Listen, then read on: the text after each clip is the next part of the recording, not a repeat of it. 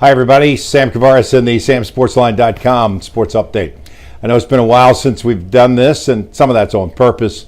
Some of that may be laziness, but most of it's on purpose. I didn't want to just sit here and complain and moan about the Jaguars the entire time. So hopefully you've had a chance to read some of the stuff that I've written both on Sam Sportsline and also in the Times-Union. And also follow the podcast, The Hammer, with Tom McManus, as well as Lonnie Martz as well. Those of you who are regulars to the YouTube channel here will notice I put a fence up for the grandchildren here around the pool. So that's given peace of mind for both their parents and my wife. So that's also good. Nonetheless, this is a time of year where, you hand out gifts generally, or you're receiving gifts.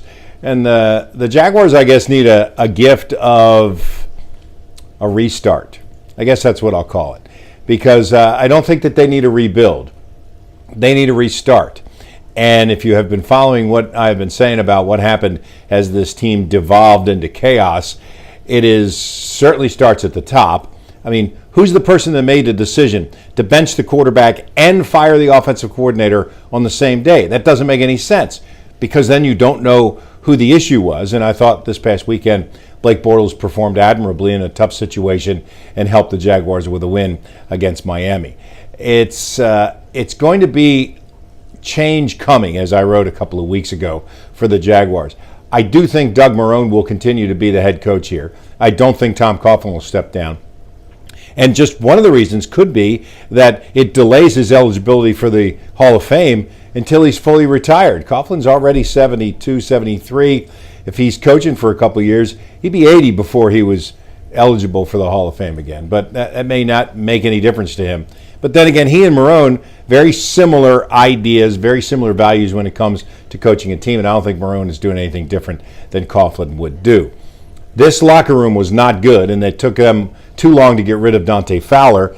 And if they knew that they were going to get rid of him, they should have done it at the end of the regular season. And, he hasn't had this tremendous impact with the Rams. So it's not like he was cut or traded because of lack of production, and he clearly had something to do with the locker room. Everybody knows that Ngakoue is an emotional player and needs to kind of be reined in by some of the veterans, and that has happened. Used to be Sindaric Marks, now Calais Campbell.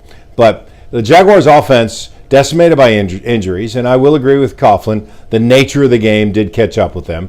You don't play with your fourth-string left tackle and your fourth-string right tackle, as they had to in the second half of the game this past week, and still continue to be a top echelon team. I think Blake Bortles should be their quarterback next year. I know that's not a popular opinion, but I believe Blake Bortles should be their quarterback. And yes, if there's a quarterback in the draft that they like they should take that person and develop them. But I think Bortles is certainly good enough to win games for the Jaguars when they have their first-string tight end, most of their first-string offensive linemen, if Leonard Fournette plays anywhere near he's capable of, and certainly the wide receivers can get themselves open, and that's where I think the Jaguars need to address in free agency. They need some playmakers.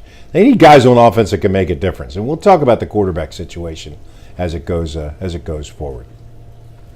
Merry Christmas to everybody. I hope you have a wonderful holiday, and we'll be back here on this YouTube channel with samsportsline.com updates on a regular basis.